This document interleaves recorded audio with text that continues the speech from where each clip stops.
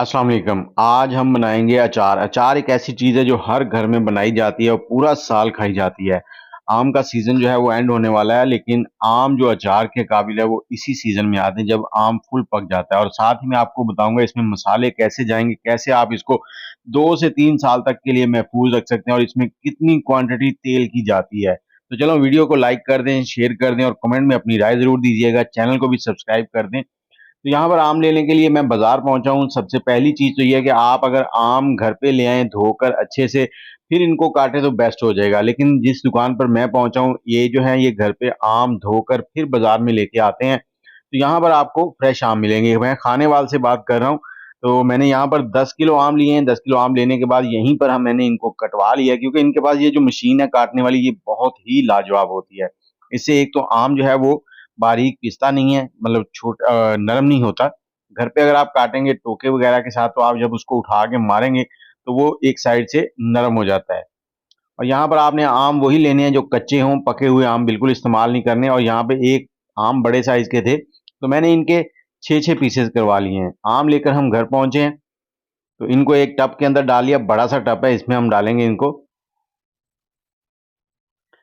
अब उन्होंने जो काट काट दिए वो इस तरह से थोड़े थोड़े जुड़े हुए थे, तो इनको हमने हाथ की मदद से इस तरह से अलग कर लेना है। और आम का अचार एक ऐसी चीज है जो सभी डालते हैं, लेकिन कुछ घरों का अचार जो है ना वो आपको बड़ा पसंद आता है। तो आज जो अचार हम डाल रहे हैं ये भी इंशाल्लाह आपके घर का अचार हजारों लोगों को पसंद आएगा जब आप उनको खिलाएंगे। तो ये डालने के बाद हमने 1 पाव नमक लिया है, इसको इस तरह से ऊपर छिड़क देना है। और दूसरी चीज ये भी कर सकते हैं, आप इसको घर पे ला के धो के पंखे के नीचे छोड़ दें ताकि इसका पानी खुश्क हो जाए। और ये मैंने 100 ग्राम हल्दी ली है, ये भी इसमें डाल देंगे इसी तरह से। और अब हमने इनको मिक्स कर देना है। दूसरा मैं बता रहा था कि अगर आप इनको घर पे ला के धो लें तो पंखे के नीचे खुश्क करना है। खुश्क करने के बाद इस तरह से आपने नमक और हल्दी लगानी है। अच्छे से मिक्स करने के बाद हम इसको रात भर के लिए छोड़ देंगे। दिन में भी अगर आप लगाते हैं तो 12 से 16 घंटे आपने इसको छोड़ना है इसी तरह से। इससे क्या होगा कि इसमें जो एक्स्ट्रा पानी है वो निकल जाएगा और इसकी जो शेल्फ लाइफ हम बाद में बनाना चाहते हैं कि 2 साल 3 साल तक रहे, तो ये ऐसे ही रहेगा। और बहुत से लोगों का अचार जो है वो बहुत नरम हो जाता है, तो वो ये नरम भी नहीं होगा। और ये हल्का-हल्का नमक हमने ऊपर भी डाल दिया, क्योंकि काफ़ी निम नमक जो है वो डायरेक्टली नीचे चला जाता है। अब इसको रात भर के लिए छोड़ देंगे और तब तक हम यहाँ पर तेल की तैयारी करते हैं। यहाँ पर मैं तेल लेके आया हूँ बाज़ार से। आप जब भी पूछेंगे तो आपको बताएँगे कि अगर 3 किलो आम है तो आप 1 किलो तेल डाल लें, लेकिन वो गलत है। अगर 3 किलो आम है तो आपने 1.5 किलो तेल डालना है। यहाँ पर 5 किलो 10 किलो आम थे तो मैं 4 किलो तेल ले आया था। बाज़ार वाले सब यही कह रहे थे कि आप इसमें 3 किलो डालें। अब तेल का कच्चापन खत्म करना है। अगर आप ऐसे ही कच्चा तेल डाल देंगे तो आपके गले खराब करेगा। तो इसको चूल्हे पे रख दिया। जैसे ही ये गर्म हो गया तो इसमें हमने 2 आलू डाल दिए हैं। आलूओं को अच्छे से इसमें पकाना है। इसमें जितनी ये झाग बन रही है इस वक्त, ये झाग बनना बंद हो जाएगी उसके बाद जब ये तेल पक जाएगा। उससे क्या होगा, एक तो तेल का जो कलर है वो भी क्लियर हो जाएगा और दूसरा इसका कच्चापन खत्म हो जाएगा। आलू गर्म तेल में जब भी डालें एहतियात से डालें, क्योंकि तेल जो है ना ज्यादा मिकदार में होता है तो ये ऊपर की तरफ उछलता है।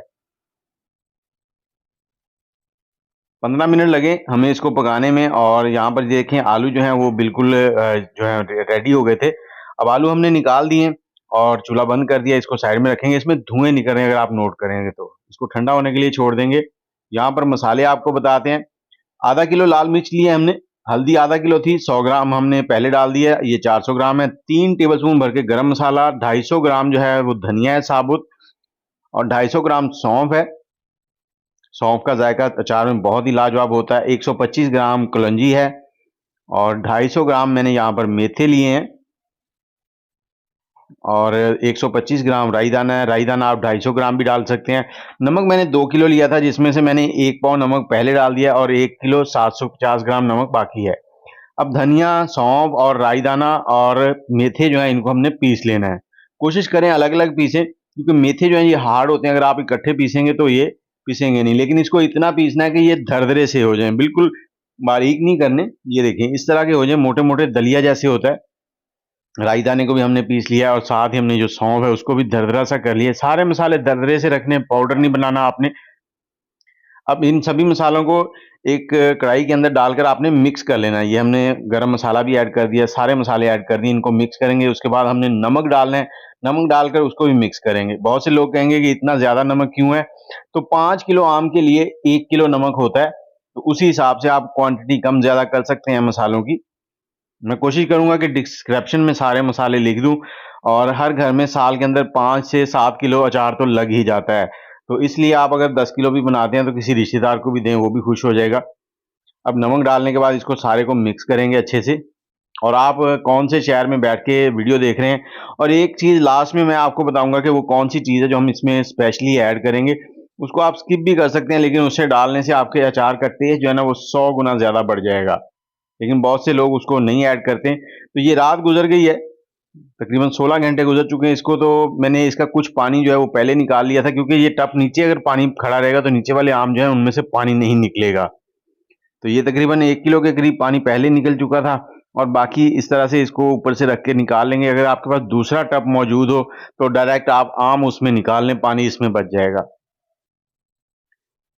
इस पानी को आपने वेस्ट कर देना है, ये किसी काम का नहीं है, क्योंकि इसमें नमक भी काफ़ी ज़्यादा मिकदार में होगा और आमों की जो हल्की-फुल्की खटास भी इसके अंदर आ गई है।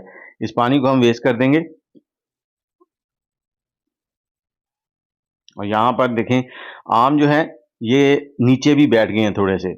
अब इसमें मसाले डाल देंगे। ये सारे मसाले डालने के बाद हमने इसको अच्छे से मिक्स करना है। और मिक्स करने से पहले अगर कोशिश करें हाथों के ऊपर हल्का-सा सरसों का तेल लगा लें, उससे क्या होता है कि लेडीज़ जो होती है ना, उनके लिए मसला हो जाता है।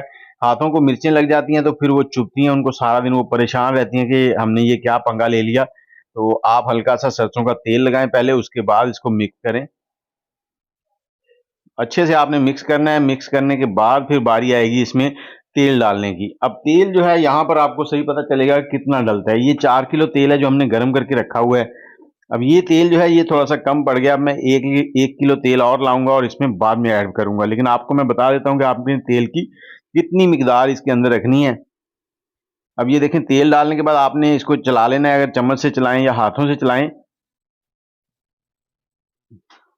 और दूसरी चीज़, इस पूरे प्रोसेस के अंदर आपने देखा होगा कहीं भी मेरे हाथ जो हैं वो गीले नहीं थे, कोई भी बर्तन गीला नहीं था, सारी चीज़ें हमने खुश्क इस्तेमाल करनी है।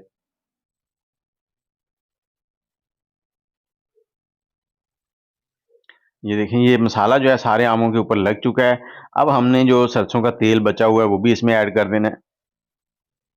ये 4 किलो तेल जो है इसके अंदर जा चुका है इस वक़्त।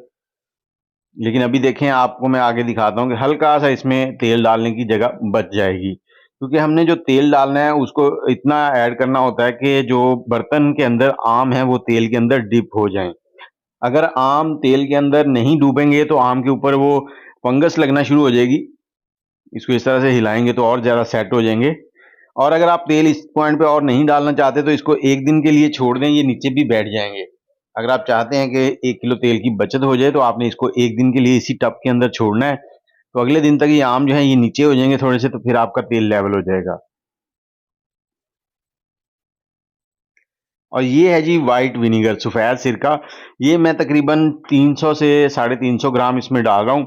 ये ऑप्शनल है, अगर आप इसको ऐड कर लेंगे तो इसका टेस्ट और भी लाजवाब हो जाएगा। अगर आप इसको नहीं डालना चाहते तो इसको स्किप कर सकते हैं। ये अचार के मसाले जो हैं ये रेडी हो चुके हैं। अचार आपका रेडी है, आप इसको अब रख लें। 8 से 10 दिन के बाद ये तकरीबन थोड़ा बहुत खाने के काबिल होता जाएगा। तो आपको ये वीडियो कैसी लगी और इसको अब सेव कैसे करना है वो मैं आपको बताता हूँ। अब टब के अंदर तो आपने रखना नहीं है। तो आपने इस तरह का जार ले लेना है, या फिर येलो कलर की जो पीले रंग की घी घी की बाल्टियाँ आती हैं जिसमें घी आता है, वो आप किसी भी मिठाई वाले से ले आएँगे तो आपको मिल जाएगी। तो वो ले लेनी है, उसके अंदर इसको डाल लेना है। और फिर वही बात कि जब अचार आपने किसी भी चीज़ में डालना है तो कोशिश करनी है कि उसके ऊपर जो है सरफेस पे ऑयल हो, अचार तेल के अंदर डिप हो।